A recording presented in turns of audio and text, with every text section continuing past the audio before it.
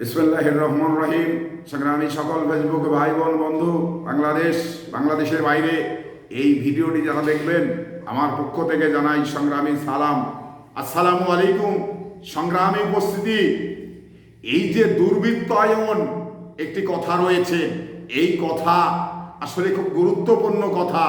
যে কোনো জায়গায় যে কোনো ব্যক্তি সুযোগ নেওয়ার পরে যে সুযোগের অপব্যবহার করে এবং তার পাশের লোকদের বাইপাস করে, এই সমস্ত কাজগুলোকেই দুর্বৃত্তায়ন বলা হয়।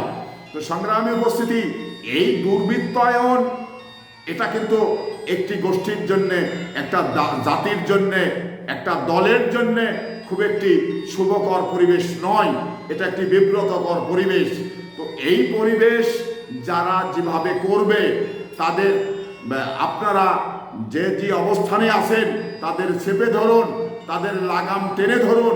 ধরার পরেই তাদের দুর্বৃত্তায়ন বন্ধ করতে হবে। কারণ একে অপরের ভিতরে যে বিভাজন সৃষ্টি করার এই দুর্বৃত্তায়নের ক্ষেত্রেই হয়ে যায়। তো সেই দুর্বৃত্তায়ন যদি আপনি তাকে করতে না দেন, আপনারা যদি চেপে ধরেন, তাহলে কিন্তু এগুলো আর করতে পারবে না। তো সংগ্রামী উপস্থিতি, এই যে একটি দায়িত্বে আসার পূর্বে যে সমস্ত কর্মীদের নেতাদের যত তেলানো হয়, কিন্তু এই সুযোগ সুবিধার জায়গায় চলে গেলে তখন কিন্তু আর চেনা হয় না, তার কর্মীদের চেনা হয় না। এটা একটা বড় মুনাফিক। তো এই মুনাফিক যারা, তাদের চিহ্নিত করতে হবে। চিহ্নিত করে তাদের আগামীতে আর কোনো জায়গায় যেন না যেতে পারে, সে বিষয়টা আপনাদের লক্ষ্য করতে হবে। কারণ আপনাদের এই সরলতার সুযোগ নিয়ে যদি দুর্বৃত্তায়ন করে, এই বিষয়টা কিন্তু একটি মুনাফিকি করা, বিশ্বাসঘাতকতা করা। উনি কিন্তু আপনার সঙ্গে আরও কিছু করবে। তা আমি মনে করি যে এই ধরনের যে মুনাফিক যারা, এই ধরনের যে দুর্বৃত্তায়ন করা ব্যক্তিগুলো, তাদের আপনারা লাগাম টেনে ধরুন। লাগাম টেনে ধরলে উনি হয়তো আর ওই জায়গাতে যেতে পারবে না। যাওয়ার চেষ্টা করলেও আপনাদের মধ্য দিয়ে কিন্তু যেতে হবে। আপনারা শেষ পর্যন্ত কোনো কিছুতেই ওই ব্যক্তির কথা আর বিশ্বাস করবেন না। কারণ বিশ্বাস করবেন না এই কারণেই, উনি আপনাদের সঙ্গে মুনাফিকি করেছেন, উনি আপনাদের সঙ্গে দুর্বৃত্তায়ন করেছেন।